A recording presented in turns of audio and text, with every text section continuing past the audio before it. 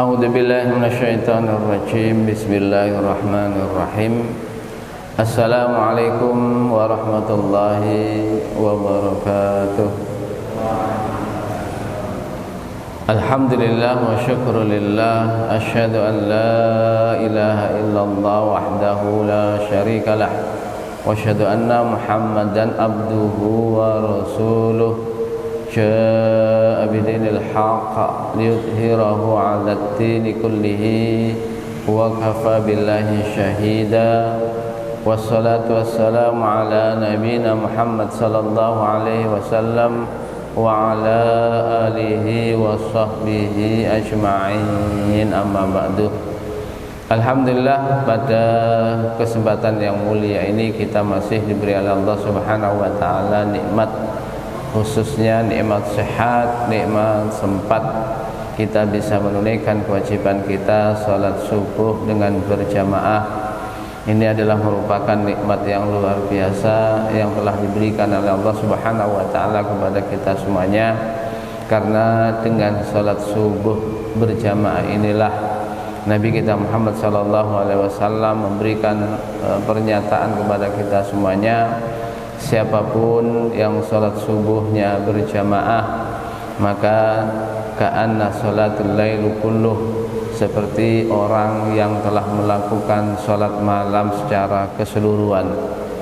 Begitu juga di saat kita melakukan salat subuh dengan berjamaah, Nabi menyatakan wa huwa fi dhimmatillah, dia di dalam yaitu naungan jaminan Allah Subhanahu wa taala. Semoga di saat kita menunaikan kewajiban kita salat subuh dengan berjamaah ini, kita mendapatkan barokah yang luar biasa. Allah Subhanahu wa taala mengangkat derajat kita, diampuni oleh Allah Subhanahu wa taala dosa-dosa kita, dan Allah Subhanahu wa taala mempertemukan kita semuanya di dalam surganya. Amin ya rabbal alamin. Di dalam kajian yang kita kaji beberapa waktu yang lalu, kita telah kaji surah Al-Baqarah ayat sampai ayat 46. Di dalam ayat berikutnya 47 dan berikutnya Allah Subhanahu wa taala mengingatkan kepada kita semuanya dan orang-orang Bani Israel pada saat itu, saat zaman Nabi kita Musa alaihissalam, saat zaman Nabi kita Muhammad sallallahu alaihi wasallam, dan saat kita semuanya, agar senantiasa ingat dengan nikmat yang telah diberikan oleh Allah Subhanahu wa taala kepada kita semuanya. Yang di saat ayat ini diturunkan oleh Allah Subhanahu wa taala kepada orang-orang pada zaman Nabi kita Muhammad sallallahu alaihi wasallam, dan dikisahkan tentang orang-orang yang terdahulu, sehingga Allah Subhanahu wa taala menyatakan, ya bani Israil adhkuru ni'mati allati an'amtu alaikum. Allah Subhanahu wa taala menyatakan, wahai orang-orang Bani Israil, udhkuru ni'mati allati an'amtu alaikum, ingatlah kepada kalian semuanya yang telah aku berikan nikmat kepada kalian semuanya. Yang khitabnya saat zaman Nabi kita Musa alaihissalam kepada orang-orang Bani Israel, Allah menyatakan, wahai orang-orang Bani Israel, ingat akan nikmat yang telah diberikan oleh Allah Subhanahu wa taala kepada kalian semuanya. Hari ini Allah Subhanahu wa taala di saat menyatakan ayat ini, Allah mengingatkan kepada kita semuanya, wahai kita orang-orang yang beriman, ingatlah nikmat yang telah diberikan oleh Allah Subhanahu wa taala kepada kalian semuanya.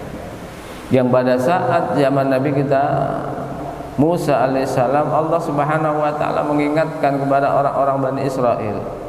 Apa itu? Wa anni faddaltukum 'alal 'alamin. Wahai orang-orang Bani Israel, sesungguhnya telah aku muliakan kalian semuanya atas seluruh manusia di atas jagat raya ini. Jadi Allah Subhanahu wa taala memberikan statement yang luar biasa kepada orang-orang Bani Israel bahwasanya nikmat yang telah diberikan oleh Allah kepada orang-orang Bani Israel. Orang-orang Bani Israel diberi oleh Allah Subhanahu wa taala satu keunggulan di atas seluruh manusia di atas jagat raya ini. Maka di saat Allah Subhanahu wa taala memberikan keunggulan kepada mereka, satu umat yang unggul di saat diberi oleh Allah Subhanahu wa taala kepada orang-orang Bani Israel, apa itu diantaranya? Beberapa ulama tafsir menyatakan bi'irsalir rusul, bahwasanya orang-orang Bani Israel pada saat itu telah diberi oleh Allah Subhanahu wa taala para rasul yang sangat banyak, sehingga mereka banyak dipimpin oleh para rasul yang luar biasa. Semenjak zaman Nabi kita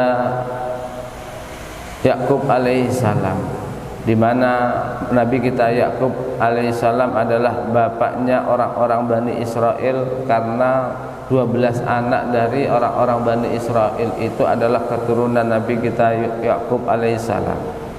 Allah Subhanahu wa taala setelah itu menjadikan Nabi kita Yusuf alaihissalam. Nabi kita Yusuf alaihissalam adalah seorang rasul yang telah diutus oleh Allah Subhanahu wa taala dari anak turun Nabi kita Yakub alaihissalam. Terus menerus setelah itu ada Nabi kita Musa alaihissalam, Nabi kita Harun alaihissalam, Nabi kita Daud alaihissalam, dan terus banyak para rasul yang telah diutus oleh Allah Subhanahu wa taala kepada orang-orang Bani Israel pada saat itu. Yang kedua, Allah Subhanahu wa taala telah wa inzalir rusul wa inzalil kutub. Banyak kitab-kitab yang telah diturunkan kepada orang-orang Bani Israel pada saat itu, termasuk kitab Zabur, kitab Taurat, dan kitab Injil diturunkan oleh Allah Subhanahu wa taala kepada orang-orang Bani Israel. Termasuk juga ja'alahum sadan wa mulukan. Allah Subhanahu wa taala telah menjadikan yaitu orang-orang Bani Israel adalah orang-orang yang mulia, mereka banyak menjadi raja-raja dan pemimpin-pemimpin. Termasuk Nabi kita Daud alaihissalam, termasuk Nabi kita Yusuf alaihissalam adalah seorang yang telah dijadikan oleh Allah yaitu seorang raja. Ini hal yang luar biasa yang telah diberikan oleh Allah Subhanahu wa taala kepada orang-orang Bani Israel. Akan tetapi Allah Subhanahu wa taala setelah itu di dalam ayat berikutnya mengingatkan agar di saat nikmat itu banyak, jangan sampai kalian lupa dengan kehidupan yang setelah kehidupan dunia ini. Sehingga Allah mengingatkan wattaqu yauman, takutlah kalian semuanya dengan satu hari yang luar biasa yang disebut dengan yaumul mahsyar, hari pembalasan, di saat seluruh amal manusia akan dibalas oleh Allah Subhanahu wa taala. Seluruh manusia akan dikumpulkan oleh Allah Subhanahu wa taala. Seluruh manusia akan mempertanggungjawabkan amalan mereka masing-masing. Hari itu dinyatakan oleh Allah la tajzi nafsun an nafsin syai'a, tidaklah bermanfaat yaitu seorang jiwa kepada jiwa yang lain. Artinya Allah Subhanahu wa taala menyatakan bahwasanya setiap manusia pada saat itu tidak akan bisa memberikan pertolongan kepada orang lain. Bahkan pada saat itu wala yuqbalu minha syafa'ah, tidak ada seorang pun yang akan bisa memberikan pertolongan. Seorang bapak yang cinta kepada anaknya tidak akan bisa memberikan pertolongan kepada anaknya. Begitu juga kebalikannya, seorang anak tidak akan bisa memberikan pertolongan kepada anaknya. Orang yang dicintai tidak akan bisa memberikan pertolongan kepada siapapun yang dicintainya. Wala yu'khadhu minha adlun, dan pada saat itu tidak akan bisa dibalas ataupun diberi oleh Allah Subhanahu wa taala yukhad minha adlun, yaitu tidak akan bisa seseorang memberikan jaminan kepada orang lain ataupun tebusan kepada orang lain. wala hum yunsarun. Hari itu seseorang tidak akan bisa mendapatkan pertolongan. Jadi hal yang luar biasa. Allah mengingatkan, setelah mengingatkan nikmat yang begitu banyak, diingatkan oleh Allah Subhanahu wa taala dengan satu hari yang disebut dengan hari mahsyar, hari hisab, hari perhitungan. Hari ini saat dikumpulkan seluruh manusia, seseorang tidak akan bisa memberikan pertolongan kepada orang lain. Orang yang dicinta tidak akan bisa memberikan pertolongan, tidak akan bisa memberikan tebusan kepada siapapun. Dan hari itu kata Allah, tidak akan seseorang bisa mendapatkan pertolongan kepada siapapun. Ini Allah mengingatkan kepada kita semuanya. Beralih setelah Nabi kita Musa alaihissalam dinyatakan oleh Allah Subhanahu wa taala adalah orang yang telah memimpin orang-orang Bani Israel, yang pada saat itu Nabi kita Musa alaihissalam di dalam kisah sejarah memimpin orang-orang Bani Israel untuk memerdekakan mereka dari cengkeraman Fir'aun. Sehingga di saat Allah Subhanahu wa taala menyatakan, dan ingatlah akan nikmat yang telah aku berikan kepada kalian semuanya, maka nikmat itu dirinci oleh Allah Subhanahu wa taala. Nikmat apa? Karena kisah pada saat itu berkenaan orang-orang Bani Israel pada zaman Nabi kita Musa alaihi salam. Allah Subhanahu wa taala mengingatkan nikmat yang telah diberikan oleh Allah Subhanahu wa taala kepada orang-orang Bani Israel. Di antaranya Allah menyatakan, wa id najjainakum min ali fir'aun. Wa id najjainakum, dan ingatlah di saat aku selamatkan kalian semuanya, min ali fir'aun, dari keluarga Fir'aun, dari kerajaan Fir'aun yang pada saat itu memimpin dengan bengisnya. Luar biasa Fir'aun pada saat menjadi seorang pemimpin, dia adalah pemimpin yang diktator. Bagaimana kediktatoran Fir'aun itu? Allah Subhanahu wa taala mengkisahkan, yasumunakum su'al azab, menimpahkan kepada kalian semuanya sejelek-jelek azab kepada kalian semuanya. Bagaimana azab yang paling jelek pada saat itu yang ditimpahkan kepada orang-orang Bani Israel? Allah menyatakan, yudabbihuna abna'akum. Mereka orang-orang Bani Israel itu yudabbih, yaitu membunuh, menyembelih, yaitu anak-anak kalian semuanya. Membelih seluruh anak-anak yang lahir pada saat itu, khususnya anak laki-laki. Karena pada saat itu Fir'aun bermimpi akan jatuhnya, yaitu kepemimpinannya, akan runtuhnya kepemimpinannya ini. Maka di saat Fir'aun ini mimpi, datanglah Fir'aun pada saat itu kepada para dukun, bahkan dipanggil seluruh dukun-dukun seluruh Mesir itu, ditanya, saya tadi malam mimpi adanya sinar, adanya api yang pada saat itu membakar dari satu negeri ke negeri kami ini.